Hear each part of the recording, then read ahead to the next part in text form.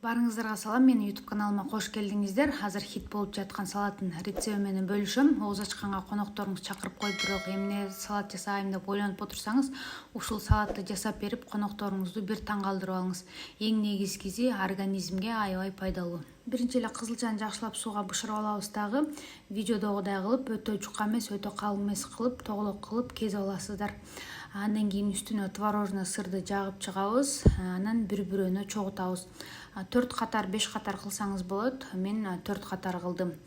Чогутуп алгандан кийин холодильникке творожный сыр катканга чейин бир 20 мүнөт, жарты саат коюп койсоңуздар болот. Мен ооз ачарга шашып аткан үчүн сразу эле туурап таштадым. Сразу туураганда кичине коозураак көрүнбөй калат экен. Эгер кооз көрүнсүн десеңиз, разрези холодильникке бир жарты саатка творожный сыр катканга чейин коюп алыңыз. Бизге руккола керек делет. Жакшылап жууп тазалап алабыз дагы.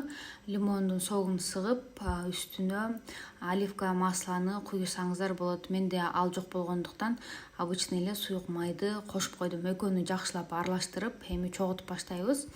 Рукколанын жанына салатовый листья да кошсоңуз болот. Же руккола таппасаңыз, салатовый листья менен деле жасасаңыз болот. Кызылча апельсиндерди коебуз. Өзүңүздүн фантазияңызга жараша бир бетине апельсин, бир бетине кызылчаны койсоңуз болот. Же болбосо видеодогудай кылып по очереди бардыгын тизип чыксаңыз болот. Үстүнө кооздук үчүн ар кандай орехтерди сээп койсоңуз болот. Мен ушундай греческий орехти сээп койдум. Мына биздин салат дагы даяр болуп калды. Дасторконго суна берсек болот. Сөз жасап көрүп жеп көрүңүздөр. Ал эми ооз ачып жатсаңыздар, баарыңыздардан кармаган орозоңуздар кабыл болсун. Ал эми менин каналыма катталып, лайк басканды унутпаңыздар.